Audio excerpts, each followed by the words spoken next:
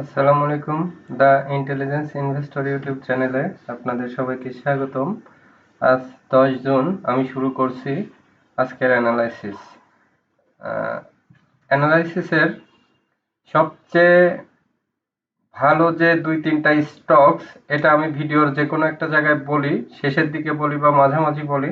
ভিডিওটা আপনারা পুরো ভিডিও দেখতে থাকুন আর আমার চ্যানেলটি লাইক কমেন্ট ও শেয়ার করে সাথে থাকুন। চলুন প্রথমেই দেখে যাই ডিএসসি ইন্ডেক্স। ডিএসসি ইন্ডেক্স কি বলছে? ডিএসসি ইন্ডেক্স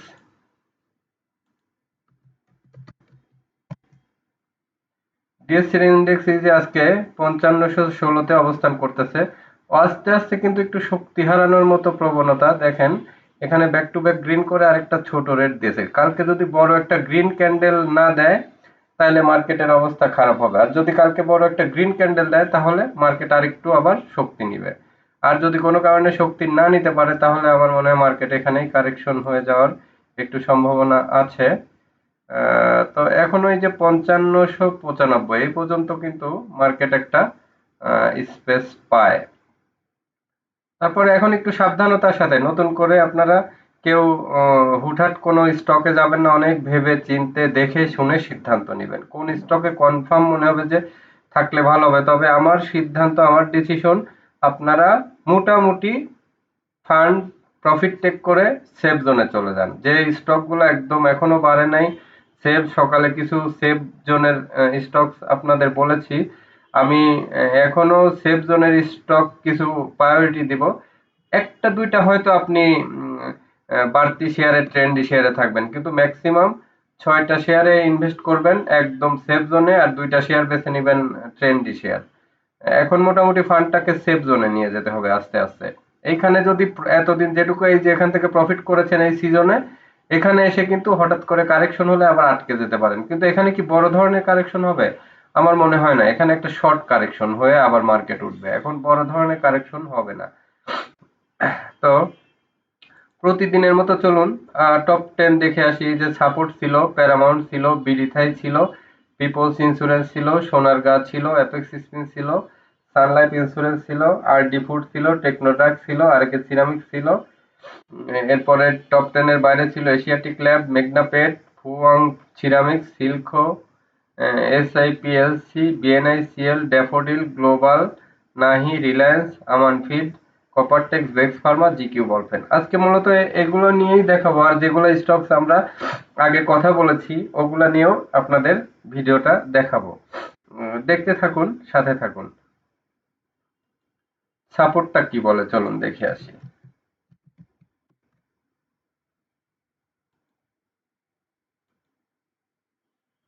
সাপোর্ট আজকে কয় টাকা? 54 টাকা 50 পয়সা। এখানে ব্রেকআউট কত? 52-80-তে। 52-80-তে বিরাট একটা ব্রেকআউট। তাহলে এই যে সাপোর্টটা কিন্তু আজকে স্ট্রং একটা ব্রেকআউট নিয়ে নিয়েছে।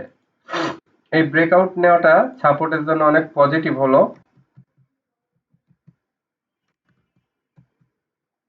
এই যে এখানে একটা ব্রেকআউট নিয়ে এনেছে, তাহলে সাপোর্ট ভালো হওয়ার সম্ভাবনা আছে। যারা সাপোর্ট নিয়ে আছেন তারা হোল্ড করুন।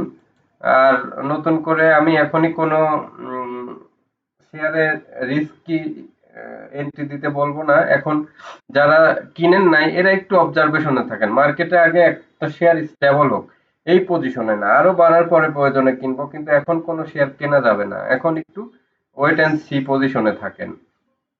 প্যারামাউন্ট দেখে আসি চলুন। প্যারামাউন্ট আজকেও মোটামুটি ভালো আছে। এই যে প্যারামাউন্টের ভলিউমও ভালো। প্যারামাউন্টটা এখনো স্ট্রং আছে। প্যারামাউন্টটা যাদের আছে হোল্ড করেন, কন্টিনিউশন প্যাটার্নের মতোই আছে। এরপরে বিডি থাইটা দেখে আসি চলুন। বিডি থাইটা কি করলো? এই যে এই কয়দিনের পুরা সবগুলাকে খেয়ে আজকে উঠে গেল। সো বিডি থাই অনেক কয়দিন আগের ভিডিওতে মনে আছে কিনা, এই যে এখানে যখন ব্রেকআউট নেয় তখন বলেছিলাম এই যে 14 টাকার লেভেলের শেয়ার গুলা সব 20 টাকা লেভেলে যাবে। আজকে কিন্তু ওই 14 টাকার লেভেলের শেয়ার কয়দিন? একদিন, 2 দিন, 3 দিন, 4 দিন, 5 দিন, ঠিক 5 দিন কিন্তু এই শেয়ারটি বাড়ে নাই। 5 দিন পরে 5 দিনের কমাটা একদিনে কভার দিয়ে একদম বড় ভলিউম নিয়ে বাড়ছে। তাহলে বিডি থাই কি এখন কিন্তু ট্রেন্ডে চলে গেল।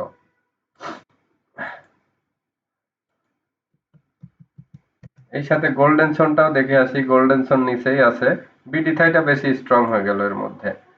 তারপরে বিডি থাই পরে পিপলস দেখে আসি।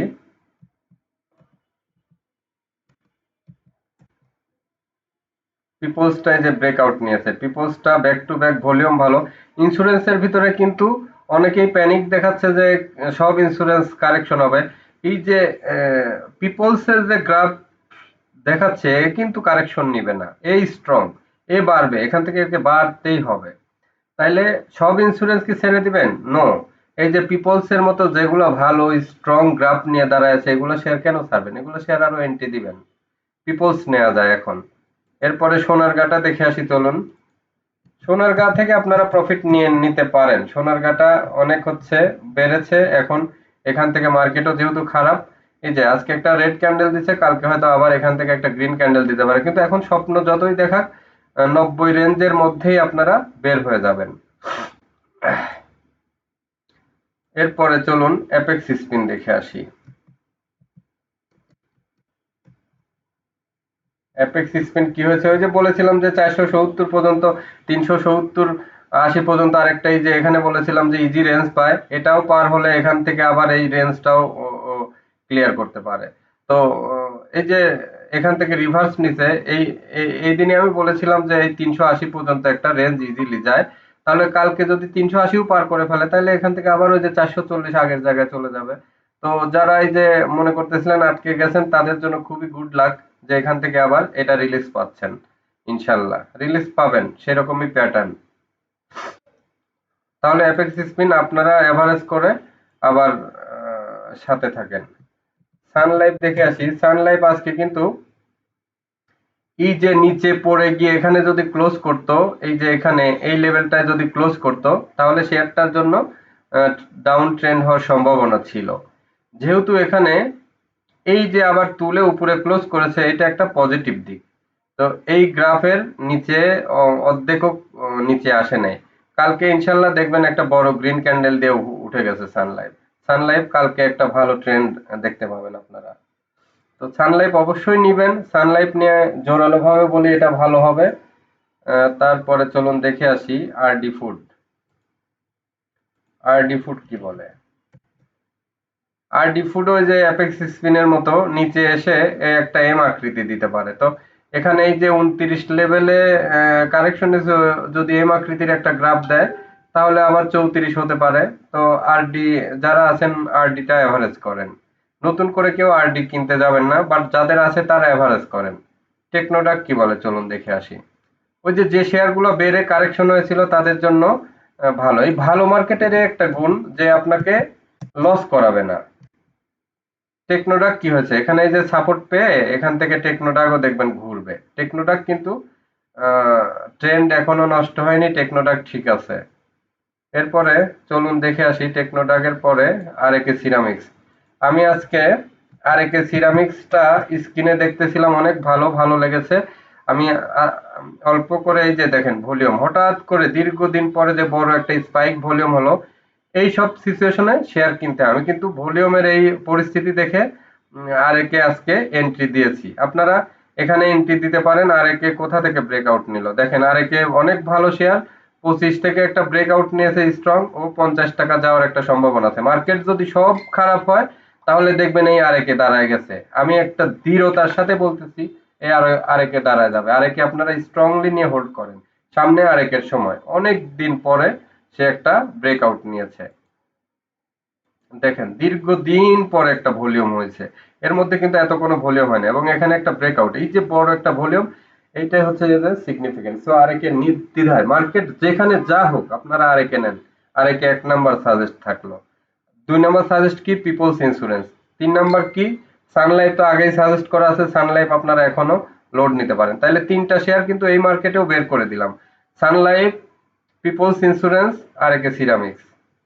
ঠিক আছে, এখন চলুন দেখে আসি এশিয়াটিক ল্যাব কি বলে। এশিয়াটিক ল্যাব আজকে একটু বেড়েছে, কিন্তু এশিয়াটিক ল্যাব যতই বাড়ুক যতই স্বপ্ন দেখাক এশিয়াটিক ল্যাবে আর যাওয়া যাবে না। এখান থেকে আপনারা লিভ নিয়ে নিবেন। যদি কখনো আবার এই যে 140 ক্রস করে আবার ট্রেন্ড নেয় তখন নেওয়া, কিন্তু এই এখানে ট্রেন্ড নিলেও আর নেওয়া যাবে না। 1 2 3 4 5 ইলিয়ট ওয়েভ হিসাব করলে অলরেডি 5টা ওয়েভ সে শেষ করেছে। 6-7 হতে পারে, কিন্তু 6-7 যারা স্মার্ট বিনিয়োগকারী তারা থার্ড লেন্থেই বের হয়ে যায়। তো এখান থেকে আমরা তো পরে ব্রেকআউটের কারণে এন্ট্রি নিয়েছিলাম, এখানে আমরা ইনশাল্লাহ আমি বের হয়ে গেছি, আপনাদেরও বের হতে বলেছি, কিন্তু আমি কখনোই আমি বের না হলে আপনাদের বলি না যে, আমি কখনোই চিন্তা করি না যে আপনারা লস খান, আপনারা আটকে যান। আর যখনই খারাপ সিচুয়েশন দেখি আমি নিজেও সেল করি, আপনাদেরও বলি সেল করতে। আমি যখন কিনি তখন আপনাদেরও বলি যে কিনতে। এটা হচ্ছে যে আমি কখনো মানে চিন্তা করি না যে 2-5 জন, অনেকেই মনে করে এটা একটা মানুষের চরম ভুল ধারণা যে আমি কোনো স্টককে কন্ট্রোল করতে পারবো না। 10 জন 5 জন কিনলে যেটা ন্যাচারাল গতি, যেটা ন্যাচারাল গ্রাফ, সেটা 2 জন 5 জন আপনি কিনে আমি কিনে সেই শেয়ারে কোনো ধরনের প্রভাব পড়বে না। যেটা ন্যাচারাল গ্রাফ বলবে সেটাই হবে। আপনি আমি শেয়ার কন্ট্রোল করতে পারবো এই ধারণা নিয়ে যারা আছেন, অনেকেই বলে যে আহ, খাওয়াই দিলেন। আরে ভাই, ওই যে অনেকেই যে কমেন্ট গুলা অনেকে দেখি অনেক পেজে করে, আমাকে কেউ করেন না অবশ্য, কিন্তু অনেকেই অনেকে যে করেন এই কমেন্টস গুলা, অনেকেই বলে যে ধরা খাইলাম খাওয়াই দিল। কে আপনি? 2,000 5,000 শেয়ার, 10,000 এই মার্কেটে কোটি কোটি ভলিউম, আপনাকে 5,000 শেয়ার শেয়ার আর খাওয়ানোর কি এখানে? এটাই তো বুঝি না। শেয়ার কমবে আপনি আটকে গেলেন, উঠলে যখন আপনি 1 লাখ 2 লাখ শেয়ার কিনলেন তখন আপনি বুঝবেন যে হ্যাঁ আপনি ধরা খেয়েছেন। 1-2 হাজার শেয়ার কিনে কিন্তু কখনো ওইভাবে আটকে যাওয়া হয় না। তাইলে আপনারা, আমি যখন সিদ্ধান্ত দিচ্ছি সেল করেন, তখন যদি আপনি না বুঝে আবার চিন্তা করেন একটু দেখি একটু দেখি, মানলে সব কথা মানবেন, কেনার সময় মানবেন, সেলের সময় মানবেন। হঠাৎ করে আপনার সাথে আমার কেনার টাইমিং নাই মিলতে পারে, সেলের টাইমিং একটু হেরফের হতে পারে। আমি দেখা গেল 30 টাকায় কিনছি, আপনি হয়তো 32 টাকায় কিনছেন। আমি 40 টাকায় সেল দিছি, আপনি কিন্তু 38 টাকায় সেল অন্তত দিতে পারেন। দেখেছেন 40 রেট, আহা 40 দেখলাম, এখন তো 2 টাকা লস। ভাই এখানে 32 টাকায় কেনা, আপনি 6 টাকা লাভ আছে, তাও মনে করতেছেন 40 টাকা বেঞ্চমার্ক নিয়েছেন। ওই উপরের কোনো প্রাইসকে আপনার মাথায় রাখা যাবে না। কারেন্ট মার্কেটে 2 টাকা কেন, 10 টাকা প্রফিট দেখেছেন, আজকে আপনার 32 টাকায় চলে এসেছে। 32 টাকার নিচে নামার আগেই সেল দেন। 8 টাকা প্রফিট আপনি করতে পারেননি টেক, এটা আপনার ব্যর্থতা। আরেকটা বড় ব্যর্থতা হবে যদি 32 টাকার নিচে চলে যায়, সেদিন থেকে আপনি লাভের থেকে আবার উল্টা লসে যাওয়া শুরু করলেন। যেখানে 38 টাকা থেকে 32 টাকা এসেছে, 32 টাকা থেকে 22 টাকা আসতে সময় কি নিবে? নিবে না। তাইলে 32 টাকা যদি আপনি সেভ করেন, লাভের চিন্তা বাদ দেন, অন্য শেয়ারে আবার লাভ করতে পারবেন। কিন্তু এখানে যদি আপনি বেন্ড না হয়ে আটকে যান, লসে চলে যান, এই ফান্ডটা কিন্তু আপনার লং টাইমের জন্য আটকে যাবে। কেন যাবে? একটা শেয়ার একবার বাড়লে মিনিমাম 3 মাস 6 মাস আবার সময় নেয় বাড়ার জন্য, ইভেন 1 বছর সময় নেয়। তাইলে এই যে শেয়ারটা আপনি যে বাড়ছে, কারেকশন হলে সেটা কিন্তু সহজে আর বাড়বে না। কিন্তু আপনি ফান্ডটা ফ্রি করলে আজকেই দেখবেন যে ট্রেড আওয়ার একটা শেয়ার পছন্দ হয়েছে, বাট টাকার অভাবে কিনতে পারতেছে না। ফান্ডটা ফ্রি করার এটা একটা বড় শক্তি। ফান্ড ফ্রি করতে হবে, লসে কম হোক বা লেভেলে লেভেল হোক, ফান্ড ফ্রি করে ফেলতে হবে। আবেগে দেখলেন যে আহা 20 টাকা লাভ ছিল, এখন কেনা দামে চলে আসছে, আর একটু দেখি আবার 20 টাকা যাবে, নেভার। আপনার লসে 1 পয়সাও লসের জায়গায় আসে, বেঞ্চমার্ক 32 টাকা কিনছিলেন, 40 টাকা দেখছেন, 50 টাকা দেখছেন, আবার 32 টাকা চলে আসে। 32 টাকার 1 পয়সা নিচে আসার আগেই সেল দেন। 32 টাকা 10 পয়সায় সেল দেন, তাও 10 পয়সা লাভ রাখেন। মাথায় সব সময় মাইন্ডসেট রাখবেন যে মার্কেটের সাথে খাপ খায় অ্যাডাপশন হয়ে চলতে হবে। এই চলাটা যদি না পারেন, তাহলে কিন্তু এই মার্কেটে আপনাকে বারবার বালিশ, আপনাকে বাজনা থামলে বালিশটা আপনার কাছেই থাকবে এবং আপনি মার্কেট থেকে সবসময় আপনার ফান্ড গুলা উধাও হইতে থাকবে। সো ফান্ড বাঁচাইতে হবে, খেলা ক্রিকেট খেলার মতো, লম্বা টাইম টিকে থাকলে হঠাৎ করে লুজ বল আসবে, ছক্কা মারবেন। ঠিক স্টক মার্কেটও তাই, টিকে থাকতে হবে, ফান্ড ফ্রি রাখতে হবে। Fund is power. Unlimited opportunity মার্কেটে থাকবে, কিন্তু আপনার ফান্ড লিমিটেড। আপনার ফান্ডটা যদি 1 লাখ টাকা 50,000 চলে আসে, 50,000 আবার যদি কমে, আপনি কিন্তু আর কোনো পাওয়ার নেই। আপনি 1 লাখ টাকা 1 লাখই আছে, খারাপ মার্কেটে 1 লাখ টাকা দিয়ে 1,20,000 30,000 টাকার শেয়ার কিনতে পারবেন। এটাই তো ঘটে। সো ক্রিজে টিকে থাকতে হলে ফান্ড ফ্রি করে ফেলতে হবে ক্রাইসিস টাইমে। ঠিক আছে, অনেক লেকচার দিলাম। আহ, জানি না কেমন লাগতেছে আপনাদের। এইবার চলুন দেখে আসি মেঘনাপেট। মেঘনাপেটটা ইনকোয়ারির কারণে কমেছিল, আবার তো দেখি আজকে ঘুরায় ফেললো। মেঘনাপেট, এই যে মেঘনাপেট, আমার মনে হচ্ছে ও ও কি করেছে, ও নিজে কিন্তু বাড়াইছে, শেয়ারগুলো ডিস্ট্রিবিউট করতে পারে না, তো ডিস্ট্রিবিউটর কারণে হলে ও খেসাখেসি করে এখানে কিন্তু বাড়াবে কমাবে। আপনারা এই ট্র্যাপে পা দিবেন না। পা দিলে মেঘনা কনডেন্স মিল্কটা ভালো পজিশনে আছে, মেঘনা কনডেন্স মিল্ক কিনবেন। মানে মেঘনা কনডেন্স মিল্কের বাড়ার জায়গা আছে, ও কিন্তু মেঘনা কনডেন্স মিল্ক এখান থেকে আহ, মোটামুটি ওইটা যেহেতু 80 টাকায় গেছে, তাহলে এটারও একটা চান্স আছে, কিন্তু ফ্যাক্ট হলো আহ, একটা কমলে এটা কি বাড়বে? বাড়তে পারে, কারণ হচ্ছে যে এখানে যদি 50 ক্রস করে তখন একটা এন্ট্রি নেবেন, অবজারভেশনে রাখেন, আবেগে এখনই কেনার দরকার নেই। ঠিক আছে, তাহলে মেঘনা পেট গেল, ফুয়াং সিরামিক্স দেখে আসি চলুন। ফুয়াং সিরামিক্স কি হঠাৎ করে এই যে দেখেন 14 টাকা লেভেলের বেঞ্চমার্কটা দেখেছেন, 14 টাকা লেভেলের শেয়ারে আবার ট্রেন্ড নেওয়া শুরু করেছে। সেই 5 দিন 6 দিন আগের ভিডিওতে আমি এই 14 টাকার মার্কটা করেছিলাম যে দেখেন 4-5 দিন, এই যে 1 2 3 4 5 দিন কিন্তু সে একটু সাইড ওয়েজে ছিল, নজর সরাইছে, বাট সেই 14 টাকা আবার ফিরে এসেছে 5 দিন পরে। তাহলে আমার ভিডিওর কথাটা ফলতেছে কবে? 5 দিন পরে। এই 5 দিন পরে এসে আপনার হাতে এখন শেয়ার পাকা, আপনার শেয়ার এখন কনফিডেন্স আপনার গ্রো করবে। এভাবেই শেয়ার এন্ট্রি নিয়ে আপনাকে একটু মানসিকভাবে ধীর স্থির দৃঢ়তা নিয়ে থাকতে হবে। আমি তো বুঝে শুনেই শেয়ারটা কিনেছি, তাহলে আমি কেন ভয় পাচ্ছি? আমি কেন এই শেয়ারটাকে ছাড়বো? কেন 10 পয়সা 20 পয়সা কমা দেখলে ভয় পাচ্ছি? না, যখন অনেক কমবে তখন ভয় পাবেন। একটা শেয়ার কিনেছেন, সে শেয়ারের ট্রেন্ড আসার আগেই কেন ভয় পাচ্ছেন? ট্রেন্ড তো আসেই নাই, 14 টাকার এই শেয়ার গুলা এখন এই যে ট্রেন্ড আসতেছে। তো এরপরে চলুন দেখে আসি সিল্কোটা। সিল্কোটা তো ওই যে ফার্মাসিউটিক্যালস যেদিন দেখাই সেদিন সিল্কোর কথা বারবার বলেছিলাম যে সিল্কোটা ভালো হবে। এই যে ভালো হচ্ছে কন্টিনিউয়াস। সিল্কোটা কোথা থেকে শুরু করেছে? এই যে 15 টাকা থেকে। সিল্কো দেখবেন 30 টাকা হবে, মিলায় নিয়েন। সিল্কো বাই দিবেন। সিল্কো এই খারাপ মার্কেটে সিল্কো প্রফিট দিবে ইনশাল্লাহ, দেখবেন। তাহলে সিল্কো গেল, এরপরে এসআইপিএলসি। এসআইপিএলসি এই যে 100 টাকা টাচ করে ফেললো, এর গ্রাফটা অনেক সুন্দর। এসআইপিএলসি নেওয়া যায়, অনেকগুলো গ্রাফ শেয়ার কিন্তু সুন্দর পজিশনে আছে। আস্তে আস্তে পোর্টফোলিওটাকে সুন্দর মতো সাজাইতে হবে, এই সকল শেয়ারকে ধীরে ধীরে একটু সেট আপ দিতে হবে। তাহলে আমি এগুলা ফাইনালি পরে নোট করতেছি, আপনাদের সবগুলো আগে দেখায় আসি। এখানে কয়টা শেয়ার নিব সেগুলো আগে নিয়ে রাখি, কারণ পরে আবার ভুলে যাব। পিপলসটা পছন্দ হয়েছে, নিলাম। এরপরে পছন্দ হয়েছে বিডি থাই, নিলাম। এরপরে পছন্দ হয়েছে সানলাইট, তো আগেরই আছে, সানলাইট থাকবে সিলেকশনে। এরপরে টেকনোডাক, আর কি সিরামিক, সিল্ক,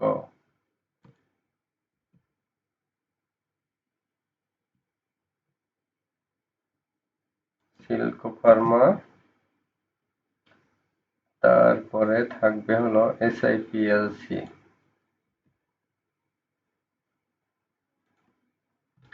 তাহলে এই কটা স্টক নিয়ে নিয়েছি। এটা আরো ক্রস চেক দিব ফাইনাল করার জন্য, আপাতত নিলাম। এরপরে বিএনআইসিএল ড্যাফোডিল দেখে আসি চলুন। বিএনআইসিএল কি বলে? বিএনআইসিএল এই যে বড় মোটা দাগে একটা এনগালপিং হয়েছেন, একটা শেয়ার 1 সেকেন্ডের জন্য রাখবেন না, সব ক্লিয়ার করে ফেলেন। বিএনআইসিএল থেকে আউট। এই যে এনগালপিং হয়েছে, এখন মাস্ট কমবে। এখন কিন্তু আপনারা বিএনআইসিএল এ থাকবেনই না, মাস্ট কমবে। বিএনআইসিএল এর খেলা এখানেই কভার। ওকে, তাহলে বিএনআইসিএল শেষ। ড্যাফোডিল কি করলো চলুন দেখে আসি।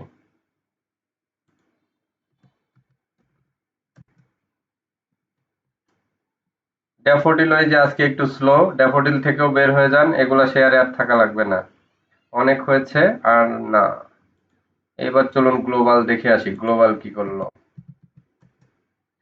গ্লোবাল ইন্স্যুরেন্স তো ঠিক আছে, গ্লোবাল এর আগেও বারবার গ্লোবাল নিয়ে পজিটিভ কথা বলেছি, গ্লোবালটা ঠিক আছে। গ্লোবালটা ইন্স্যুরেন্স সব কারেকশন হবে না, এই যে গ্লোবালের যে স্ট্রেংথ এটাতে কারেকশন হবে, এ তো বাড়েই নাই, এগুলো এখনো বাড়ার জায়গা আছে, তাহলে গ্লোবালটা সিলেকশনে নিলাম।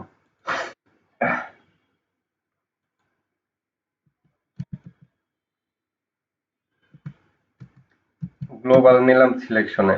রাত্রে এগুলা আরেকটু ভিডিও এখন আপলোড করে দিব, রাত্রে এগুলা থেকে আমি 2-3টাকে সিলেকশনে নিয়ে আরেকটা ফাইনাল করে দিব। আরো কিছু ডাটা দেখতে হবে, ওগুলা ক্রস ম্যাচিং দেখে আমি রাত্রে লাইভে এসে আপনাদের বাকি 3টা সিলেকশন করব। এখন একটু বেশি সিলেকশন করে রাখি, নাহিটা দেখে আসি। নাহি কারেকশন নিচ্ছে, নাহি থেকে বের হয়ে যান, নাহি আর রাখার দরকার নেই, সেল আউট। যেটা ট্রেন্ড নষ্ট হবে সেখানে আর কোনো ইমোশনের জায়গা নেই, সাথে সাথে ছুঁড়ে ফেলে দিবেন। কিসের এত ইমোশন শেয়ার নিয়ে? No emotion. রিলায়েন্স দেখে আসি। রিলায়েন্সটা এই যে ছোট ছোট কারেকশন দিচ্ছে, ও কিন্তু এখনো ট্রেন্ড ভালো আছে। ও আবার দেখবেন বড় একটা গ্রিন ক্যান্ডেল দিয়ে আবার উপরে উঠবে। রিলায়েন্স ঠিক আছে। যাদের কাছে রিলায়েন্স আছে হোল্ড করেন। আমান ফিট দেখে আসি।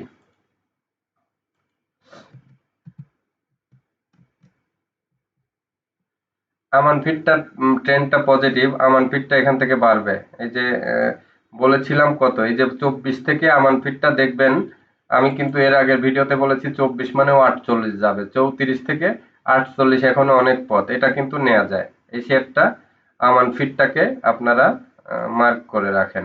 তাহলে এখানে আমান ফিট নিলাম।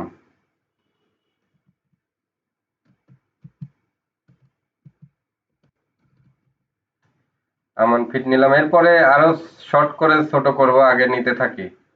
তারপরে আমান ফিটের পরে কপার টেক দেখে আসি।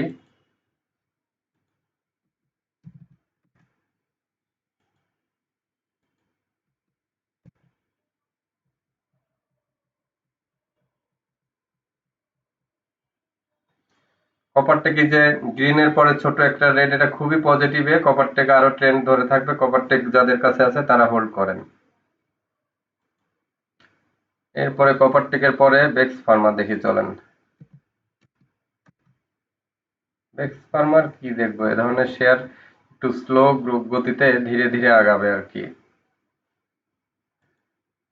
বেক্স ফার্মার পরে জিকিউ দেখে আসি। জিকিউ থেকেও বের হয়ে যাবেন, এগুলা শেয়ারে যেগুলো অনেক প্রফিট দিয়েছে এগুলো আর থাকবো না। কেবল গা শুরু হচ্ছে ওই ধরনের শেয়ার গুলায় এখন থাকতে হবে। এর ভিতরে আজকে দেখেন ভালো পজিটিভ কয়টা শেয়ার পাইলাম। পিপলস পাইলাম, বিডি থাই পাইলাম, সান লাইফ পাইলাম, সিলকো পাইলাম, এসআই পিএলসি, গ্লোবাল, আমান ফিড। এই কয়টা স্টক অনেক স্ট্রং পেয়েছি। তাহলে 1 2 3 4 5 6 7, এখান থেকে ক্যাটাগরি করতে গেলে সময় লাগবে। আমি ক্যাটাগরি করে সময় করে আপনাদের এই কয়টার ভিতরে যার যা ভালো লাগবে বা হাতে থাকলে এগুলা থেকে লোড নিতে পারেন। আর আজকের ভিডিও এ পর্যন্ত, সবাই ভালো থাকবেন। আমার ভিডিওটি ভালো লাগলে অবশ্যই সাবস্ক্রাইব করে অল বেল আইকনটি বাজিয়ে দিবেন। লাইক কমেন্ট শেয়ার করে সাথে থাকুন। আর আমার কথাগুলো একটু আহ, পুরো ভিডিও দেখে কি বলতেছি রিড করার চেষ্টা করবেন। ভিডিও দেখলে যদি ভালো মতো রিড করতে পারেন তাহলে কিন্তু উপকৃত হবেন। এবং এই যে আজকে রাতের লাইভে 7টা, কালকে লাইভ করার কথা ছিল কিন্তু করতে পারিনি, আজকে মোটামুটি ফ্রি। এই যে 7টা থেকে 2টা থেকে 3টা শেয়ার আপনাদের সাজেস্ট করব। আপনারা মোটামুটি লাইভের জন্য প্রস্তুত থাকেন। আর এই 7টা থেকে আপনারাও একটু অ্যানালাইসিস করে দেখেন। আর এর মধ্যে এক ভাই আনোয়ার গ্যালভানাইজিং সম্পর্কে জানতে চেয়েছিলেন, আমি আনোয়ার গ্যালভানাইজিংটা এখন জানাই দিচ্ছি ভাই। এই যে এখান থেকে একটা স্লো এখন এইটা ট্রেন্ড খারাপ হওয়ার লক্ষণ। একটু স্লো হতে পারে, বাট ট্রেন্ড নষ্ট হয়নি, একটু হয়তো হালকা নিচে নামতে পারে, নিচে নামার সম্ভাবনাই দেখা যায়। এই ধরনের গ্রাফ দেখে এখনো বলা যায় না, কালকে যদি আবার এই যে এরকম বড় গ্রিন ক্যান্ডেলও দিতে পারে। এই ধরনের ক্যান্ডেল মানে দুই ধরনের সম্ভাবনাই আছে, উপরে যাওয়ার সম্ভাবনাও আছে, নিচে যাওয়ার সম্ভাবনাও আছে। তো অবজারভেশনে রাখতে পারেন। এই, কিন্তু যারা এন্ট্রি দিবেন তারা এন্ট্রি দেওয়ার পজিশন কিন্তু এটা না। ঠিক আছে, সবাই ভালো থাকবেন। শুভরাত্রি আজকের মতো। আল্লাহ হাফেজ।